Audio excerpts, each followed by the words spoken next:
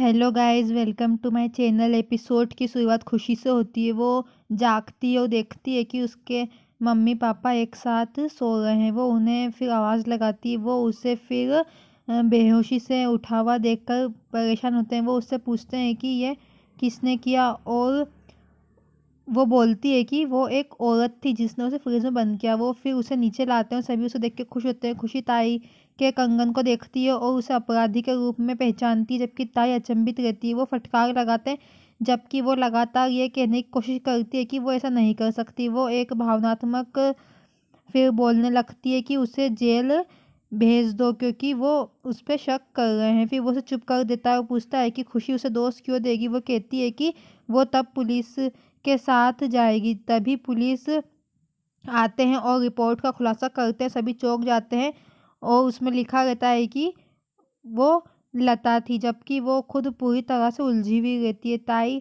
याद करती है कि उसने कैसे उंगलियों के निशान में कैसे छेड़छाड़ की थी। लता ने ताई के पक्ष में कहा कि वो ऐसा नहीं कर सकती, जैसा वो क्यों करेगी। जतिन और कार्तिक सबूत के साथ जाते हैं, जबकि ताई प्यारे पर मुस्कुराती है। लता भावनात्मक रूप से व्याकुल हो जाती है कि वो कैसे विश्वास कर सकते हैं कि उसने ऐसा किया।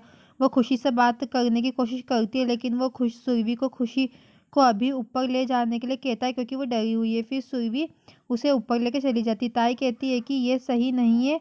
वो उसे दोष देने के लिए माफ़ी चाहता है। फिर ताई फिर पूछती है कि लता को ऐसा क्यों करना पड़ा। जतिन बताता है कि कैसे उन्हें सुरभि और खुशी का घर वापस आना पसंद नहीं था। कार्तिक लता को गिरफ्तार नहीं करवाता है और जतिन को जाने और सभी काम करने के लिए कहता है। वो उसकी बात मानता है। फिर कार्तिक ने बोला कि खुशी उसकी बेटी है और अगर कोई उसकी बेटी के लिए कुछ भी करने की कोशिश करता है तो उसके गंभीर परिणाम होंगे। ताई फिर विजयी रूप से मुस्कुराती, जबकि वो पहले से ही एक और चाल के बारे में सोच रही होती है। बाद में रात में सुरभि रोती हुई लता के कमरे में आती है और लाइट चालू करती देखती है कि वो रो रही है और भावनात्मक रूप से उसे सांत्वना देती है।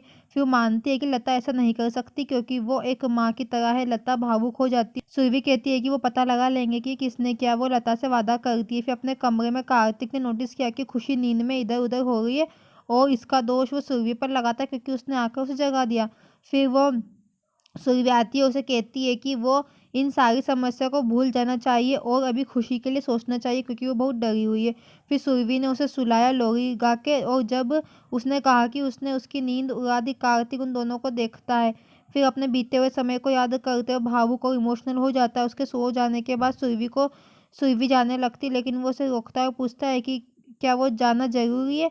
वो फिर खुश हो जाती है। वो इस बारे में बात करता है कि ये उन दोनों का कमरा पहले कैसे था और इसके बावजूद वो अब भी खुशी के लिए इसे साझा कर सकते हैं। वो फिर जाती है और अपना बिस्तर फर्श पर बिछा देती है और सोने के लिए कहती, जबकि वो ध्यान से देखता है। वो पूछता है कि वो क्या वो फर्श पर सो रही है। वो कहती है कि ये उसके लिए है। फिर सुरभि जाने लगती है, इतने में वो गिर जाती है और वो दोनों टकराकर बिस्तर पर गिर जाते हैं और वो उसके ऊपर गिर जाती है। फिर वो लोग एक दूसरे को देखने लगते हैं और अपने सारे पिछले पलों को याद करते हैं। और सुरभि बताती है कि किसी पे अगर कोई दोष लगाता है तो 3 उंगली उस पे भी उठती है और कहती है कि अगर थोड़ा बहुत तो उसकी भी गलती होगी ना। फिर वो बात बदल देती है और फिर वो सोने के लिए उठती है और वो फर्श पर सो जाता है। वो उसे अपनी बेटी के साथ देखता है। अंत में उनकी आंखें एक दूसरे को देखती है और वो दोनों को घूरते हैं एक दूसरे को। फिर खुशी के जागने और अंधेरे से डरने के बहाने सुरभि लाइट बंद करती है, लेकिन कार्तिक कहता है कि वो लाइट बंद ना करे क्योंकि खुशी डरेगी। वो कहती है कि खुशी तो नहीं डरेगी लेकिन वो डरेगा। वो उसे चिंता ना करने के लिए कहती क्योंकि ये उसका डर है और खुशी का नहीं, और वो डरती नहीं है और उसकी माँ यहाँ उसके साथ है। वो कहता है कि उसकी माँ पहले भी वहाँ थी लेकिन फिर भी मुसीबत में पड़ गई। सुरभि खामोश हो जाती है।